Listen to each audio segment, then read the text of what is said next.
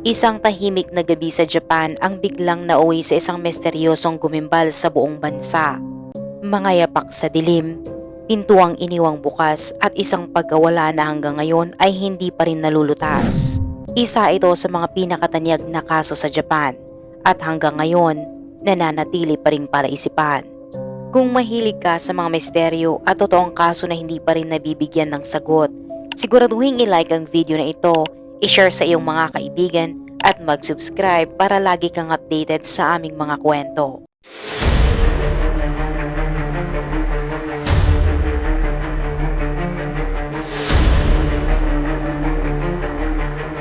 Noong 1991 sa Tamura District, Fukushima Prefecture, Japan, naganap ang isang misteryosong pagkawala ng isang 7 taong gulang na batang babae. Isang pangyayaring naganap mismo sa harap ng 8 miyembro ng kaniyang pamilya. Paano nga ba maaaring mangyari ang ganitong kababalaghan at ano ang katotohanan sa likod ng kasong ito? Sa bayan ng Funihiki na bahagi ng Tamura City, nakatira ang pamilya Ishii sa isang 2 palapag na bahay. May hiwalay na pasukan ang unang palapag at ang ikalawa, kaya't nagiging parang magkahiwalay o magkaiba ang gamit ng bawat palapag. Ang pinuno ng tahanan ay si Kenichi Ishii, 37 taong gulang na may-ari ng isang lokal na kumpanya sa konstruksyon. Nakabase mismo sa kanilang bahay ang kumpanyang ito, isang karaniwang gawain noon sa Japan upang makatipid sa upa ng opisina at sa oras ng pagbiyahe. Ang asawa niyang si Yoshiko Ishii, 27 taong gulang ay kasal sa kanya sa loob ng 8 taon. Mayroon silang 3 anak. Ang panganay na si Mai Ishii ay 7 taong gulang, ang ikalawang anak na si Ishii Kento, 6 na taong gulang, at ang bunsong si Ishii Ryo, nakakalipas lamang ng kanyang unang kaarawan. Kasama rin nila sa bahay ang lolo na 74 na taong gulang, ang lola na 66 na taong gulang, at ang pinsan ni Mai na si Ryoko. Simula nang maghiwalay ang mga magulang ni Ryoko noong siya ay nasa middle school, dito na siya nakitira sa pamilya Ishii. Maayos ang kanilang pamumuhay, matatag ang kabuhayan at hindi sila nag-aalala sa pang-araw-araw na gastusin. Ngunit isang gabi, bigla na lamang nawala si Mai Ishii, ang 7 taong gulang na bata. Sa isang iglap, naglaho ang katahimikan ng buong pamilya at ang kanilang tahanan ay binalot ng takot at pangamba. Noong Miyerkules, ika-24 ng Hulyo taong 1991, 2 batang babae ang dumalaw sa pamilya ng Ishii upang makipaglaro. Ang isa ay nasa ika-4 na baitang at ang isa naman ay nasa ikalawang baitang. Sila ay mga kaibigan ng anak ni Yoshiko. Kasama ang 3 anak ng pamilya Ishii, 5 silang bata na buong araw naglaro sa bahay at may pahintulot din ang kanilang mga magulang na manatili roon ng magdamag. Bukod sa kanila, naroon din si Kazuya Tamagawa, 22 taong gulang na empleyado ni Kenichi Ishii at kasintahan ni Ryoko. Dahil sa uri ng kanyang trabaho, paminsan-minsan ay natutulog siya sa kumpanya na nangangahulugang sa bahay din ng pamilya Ishii siya nananatili. Nang hapon na iyon, pumunta ang mga bata sa kanyang silid upang maglaro ng video games. Nang matapos ang kanyang gawain, nagpasya siyang manatili sa bahay ng Ishii para doon matulog. Pagsapit ng 8:50 ng gabi, inakyat ni Kenichi ang 2 anak na lalaki papunta sa kanilang silid. Karaniwan, magkasama silang mag-asawa at ang 3 bata sa iisang kwarto. Ngunit dahil may 2 batang bisita, nagkaroon ng kakulangan sa espasyo. Kaya't naghanda sila ng isang katabing silid na may double bed para sa 3 batang babae. Sa oras na iyon, mahimbing nang natutulog ang 2 batang lalaki, samantalang ang 3 batang babae, dahil bakasyon sa tag-init ay pinayagang magkwentuhan muna bago matulog. Samantala, ang mga lolo at lola ni Mai Ishii na nakatira sa unang palapag ay hindi agad natulog ng gabing iyon. Sa halip, nagpasiya silang pumunta sa isang karaoke bar malapit sa bahay, isang tanyag na libangan sa Japan noong mga panahong iyon. Bandang 9 o'clock ng gabi, napansin nila na patay na ang ilaw sa silid ni Tamagawa sa unang palapag, kaya inakala nilang natutulog na ito. Pagsapit ng 9:20, tumawag sila ng taxi at umalis patungo sa karaoke bar at bago sila lumisan, Mainit na lang ikinandado ang pasukan sa ibabang palapag. 9:30 na ng gabi, matapos ang buong araw ng paglalaro sa sala sa ikalawang palapag, nagsimulang antukin ang tatlong batang babae. Inakay ni Mai ang kanyang dalawang kaibigan papunta sa silid ng kanyang mga magulang at nakita niyang mahimbing nang natutulog ang kanyang ama at dalawang nakababatang kapatid. Naalala niyang iniutos ng kanyang ina na doon sila matulog sa katabing kwarto kaya't dinala niya ang kanyang dalawang bisita roon. Mahal na mahal siya ng kanyang dalawang kaibigan kaya't pinaggitnaan nila siya sa kama, isa sa kaliwa at isa sa kanan. At ilang sandali lang, mahimbing nang natutulog ang tatlong bata. Maghapong abala si Yoshiko, ang ina ni Mai sa mga gawaing bahay. Nang makita niyang mahimbing nang natutulog ang mga bata, ipinagpatuloy niya ang kanyang mga gawain. Nagligpit ng mga laruan at naghanda ng pagkain para sa susunod na araw. Pagsapit ng 10:30 ng gabi, pumasok siya sa kwarto ng tatlong batang babae. Inayos niya ang kanilang mga kumot saka pinatay ang ilaw.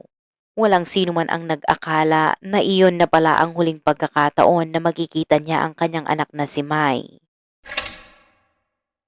Pagkatapos, nagtungo siya sa banyo sa ikalawang palapag. Habang naroon, bigla niyang narinig na bumukas ang pinto sa ibabang palapag. Nagtaka siya na baka raw bumalik agad ang kanyang mga biyanan o kaya naman ay may lumabas.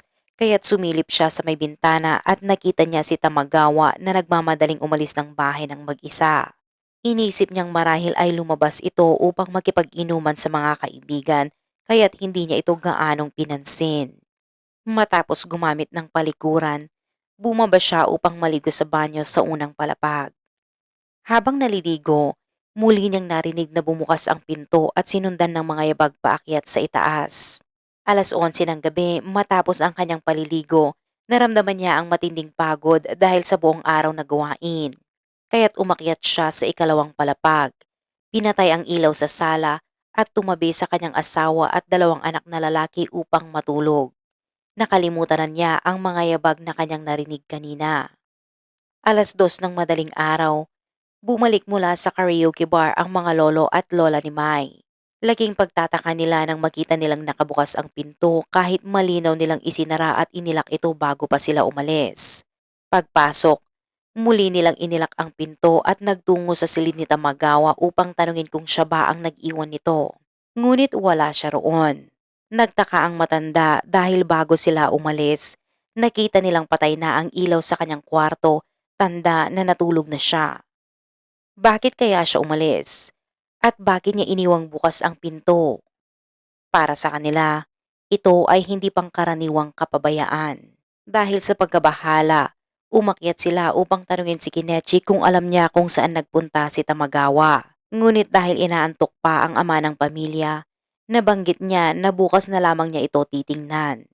Bandang 4:30 ng madaling araw, nagising si Kinechi upang simulan ang kanyang araw. Dahil sa trabaho niya sa konstruksyon, nakasanayan na niyang bumangon ng maaga. Ang kanyang opisina ay nasa ikalawang palapag at nang pumasok siya roon, napansin niyang bukas ang pinto. Hindi niya ito gaanong pinagtuunan ng pansin dahil ilang ulit na rin niyang nakalimutang ilak dati at ligtas naman ang kanilang kapitbahayan. Kaya't umupo na siya at nagsimulang magtrabaho gaya ng nakasanayan. Ngunit pagsapit ng 5:32 ng umaga, nagising ang dalawang batang bisita na nakitulog kina Mai at doon nila napansin na nawawala siya.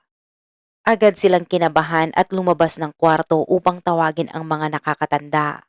Si Kinechi ang unang nakaalam ng pagkawala ng kanyang anak. Labis ang kanyang pagkabigla kaya't agad niyang ginising ang buong pamilya. Nagsimula silang lahat na maghanap sa bawat sulok ng bahay, sa bawat kwarto, ngunit si Mai ay hindi nila matagpuan. Doon nila napagtanto ang bigat ng sitwasyon. Dahil wala ng ibang pagpipilian si Kinechi, tumawag siya sa pulisya.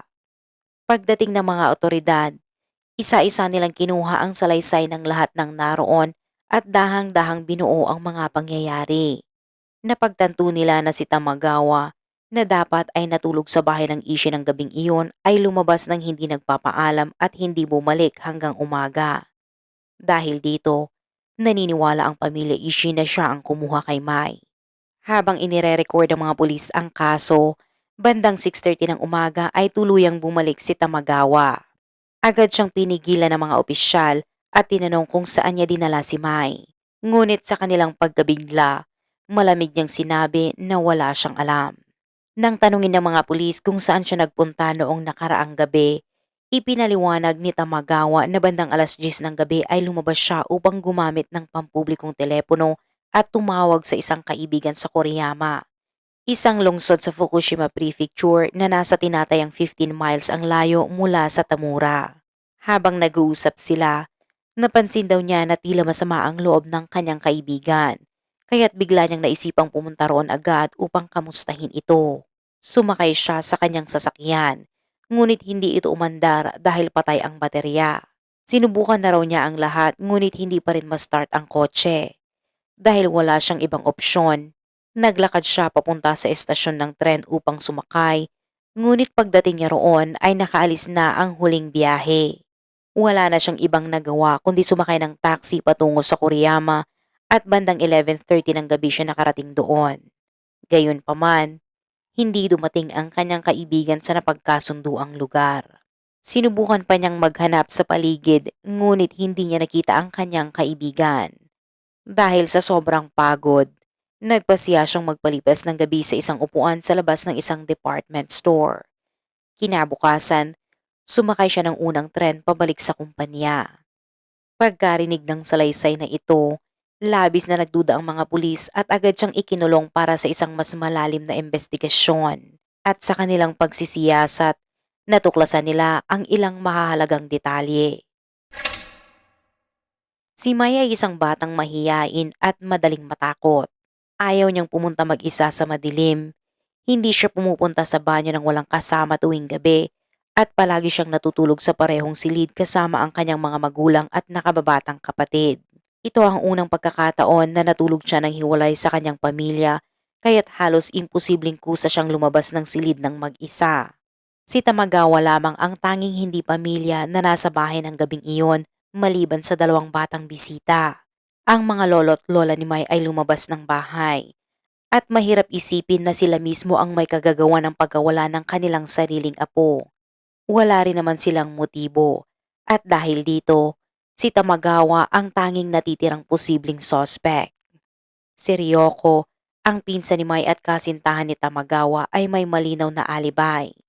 Nasa bahay siya ng kanyang ina sa Kuriyama at may ebidensya para patunayan ito. Samantala, nagbigay ng nakakagulat na pahayag ang dalawang batang bisita. Pareho nilang sinabi na nakarinig sila ng boses ng isang lalaki na kinakausap si Mai sa silid ng gabing iyon, ngunit hindi nila matandaan kung ano mismo ang sinabi. Sigurado lamang sila na may lalaking pumasok sa kwarto. Isa pa sa mga batang babae ay nagkwento rin ng mas nakakabiglang bagay. Habang naglalaro daw sila ng video game sa silid ni Tamagawa ng hapon na iyon, narinig niyang tinanong nito si Mai kung gusto ba nitong lumabas at maglaro mamayang gabi. Ngunit hindi tinanggap ng mga pulis ang pahayag na ito bilang ebidensya. Pinaghinalaan nilang maaaring naimpluwensyahan ng ina ni Mai ang mga bata na magsalita ng ganoon, kaya hindi ito isinama sa opisyal na ulat. Sinuri rin ng mga pulis ang buong bahay ng pamilya Ishii, ngunit tanging mga fingerprint ng mga nakatira lamang doon ang kanilang natagpuan. Walang natuklas ang anumang fingerprint ng iba. Gumamit din sila ng mga asong pulis upang sundan ang amoy ni Mai at natuntun ito hanggang sa pintuan sa unang palapag. Doon natigil ang bakas, na tila ba lumabas siya at sumakay o di kaya isinakay sa isang sasakyan. Isang residente malapit sa bahay ang nag-ulat na nakakita siya ng isang puting kotse na nakaparada sa kalsada ng gabing iyon. Nakabukas ang hood at may taong nagtutulak para subukang paandarin ang makina. Inisip lamang niya na sira ang sasakyan kaya't hindi niya ito gaanong pinansin. Ngunit kinabukasan, wala na roon ang sasakyan. Nang magsiyasat ang mga pulis sa lahat ng kapitbahay, nakumpirmang wala ni isa sa kanila ang nagmamay-ari ng puting kotse.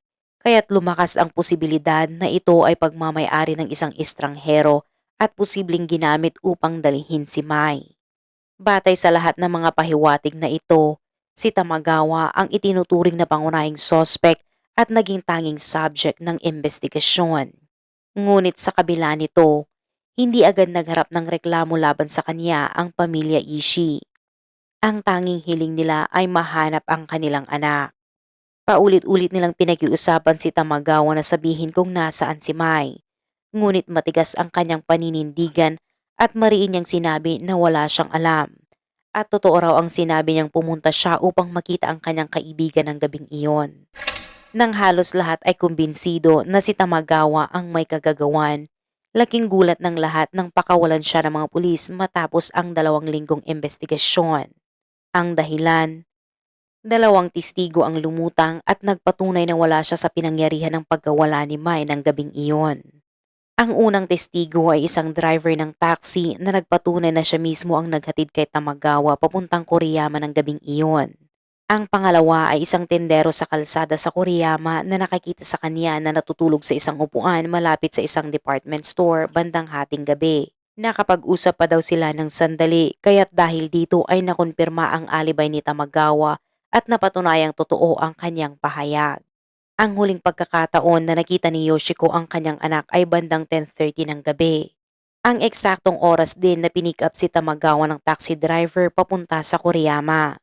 Sa pagitan ng 10:30 at 11 o'clock ng gabi, napakaliit ng pagitan ng oras para makuha niya si Mai at maihatid ito kung saan man bago siya bumiyahe. Bukod pa rito, ayon sa pulisya, walang dahilan para isipin na nagsisinungaling si Tamagawa, lalo na't nakipagtulungan siya ng buo sa kanilang investigasyon. Dahil dito, siya ay tuluyang pinakawalan. Ngunit nang mabura ang tanging sospek, naiwan na walang kasagutan ang kaso at si Mai nananatiling nawawala. Si Kenichi Ishii, ang ama ni Mai, ay nananatiling kumbinsido na si Tamagawa ang may kagagawa ng pagkawala ng kanyang anak. Ayon sa kanya, may bisyo ito sa pag-inom ng alak at ilang ulit niya itong pinagsabihan tungkol doon. Noong araw ng insidente, dapat sana ay may bakasyong pupuntahan si Tamagawa kasama ang kanyang nobyang si Ryoko. Ngunit pinilit siya ni Kenichi na manatili at asikasuhin muna ang trabaho. Sa totoo lang, hindi kailanman naging maganda ang ugnayan ng dalawa. Ayon kay Kenichi, kung hindi lang dahil kasintahan ng kanyang pamangkin si Tamagawa, matagal na niya na itong tinanggal sa trabaho. Dahil dito, naniniwala siyang baka nagtanim ng sama ng loob si Tamagawa at nagtangka ng paghihiganti sa pamamagitan ng pagdukot kay Mai. Ipinunto rin ni Kenichi na matagal nang may problema ang baterya ng sasakyan ni Tamagawa at madalas itong hindi umandar. Sa nakaraang araw, ginagamit niya ang sasakyan ng kumpanya. Kaya't nakapagtataka para kay Kenichi kung bakit sa mismong gabing iyon, pinili pa nitong gamitin ang sarili niyang kotse. Ngunit sa kabila ng kanyang mga hinala, walang matibay na ebidensya ang sumuporta sa kanyang mga akusasyon. Si Mai, na masigla at napakabibo, ay bigla na lamang nawala. Dahil sa matinding lungkot at dalamhati, isinara ni Kenichi ang kanyang kumpanya at ibinuhos ang lahat ng kanyang lakas sa paghahanap sa anak. Sa sobrang desperasyon, umabot pa sa punto na nag-upa siya ng mga tao para bantayan si Tamagawa araw at gabi, ngunit wala silang natuklasang kahina-hinala. Unti-unting nawala ang pag-asa nilang mahanap si Mai, lalo na't umabot na sa dead end ang investigasyon ng mga pulis. Maging si Tamagawa ay labis ding naapektuhan. Mariin pa ring pinaniniwalaan ng pamilya Ishii na siya ang may kagagawan. Ngunit mariin din niyang iginiit na wala siyang kasalanan. Kalaunan, pumayag siyang lumabas sa isang programang pantelebisyon upang maipahayag ang kanyang damdamin. Ngunit nagulat ang publiko nang marinig ang kanyang mga salitang nagsasaad na sasabihin niya ang katotohanan sa tamang panahon. Ano ang ibig niyang sabihin? Siya ba talaga ang kumuha kay Mai? O may nalalaman ba siyang hindi pa rin niya binubunyag? Ngayong lumipas na ang 34 na taon, nananatili pa ring lihim ang katotohanan. Hindi pa rin niya sinabi kung ano ang nangyari noong gabing iyon. Napakalawak ang naging paghahanap. Umabot sa 3,900 na pulis ang sangkot at mahigit 6,000 na lokasyon ang sinuri. Kasama na ang mga negosyo, bahay, sasakyan, gilid ng bundok at mga ilog. Ngunit sa kabila ng lahat ng pagsisikap, walang anumang bakas ni Mai ang natagpuan. Noong ika-24 ng Hulyo taong 2006, eksaktong 15 taon nang siya ay mawala, nag-expire na ang statute of limitation para sa kaso. Ngunit si Mai ay hindi pa rin natatagpuan at nananatiling palaisipan ang katotohanan. Ang kasong ito ay isa sa mga pinakakilalang unsolved disappearance sa Japan. Kung si Mai ay buhay pa hanggang ngayon, siya ay 41 taong gulang na. Bagamat paulit-ulit nang inilabas sa media ang kanyang mga litrato noong bata pa siya, halos imposibleng makilala na siya sa kasalukuyan. Napakaliit na lamang ng tsansang matagpuan pa siya. Ngunit isa lamang ang malinaw. Hindi ito isang biglaang krimen. Malamang ay pinagplanuhan ito ng maigi. Ngunit bakit noong mismong ika-24 ng Hulyo ito nangyari? Sapagkat iyon lamang ang gabing natulog si Mai na hiwalay sa kanyang mga magulang. Isang perpektong pagkakataon para sa may masamang balak. Hanggang ngayon, nananatili ang pag-asa na kung buhay pa si Mai, sana ay magbalik ang pagkakataon na siya ay muling makapiling ng kanyang pamilya. Bago magtapos ang video na ito ay gusto ko munang pasalamatan ang ilan sa ating masusugid na taga-suporta. Kaya shout out kay Miss Carmi Renancia watching from Hong Kong, kay Miss Eunice Estrada, kay Miss Kate Villanueva at sa mga taga Zamboanga City, sa De Guzman family from Cabanatuan City, Nueva Ecija, kay Miss Zaida Efa watching from Greece, kay Miss Rochelle Sorola watching from Hong Kong, sa Mojado at Cagusan family. Shout out kina Justin, Jail at Jacqueline.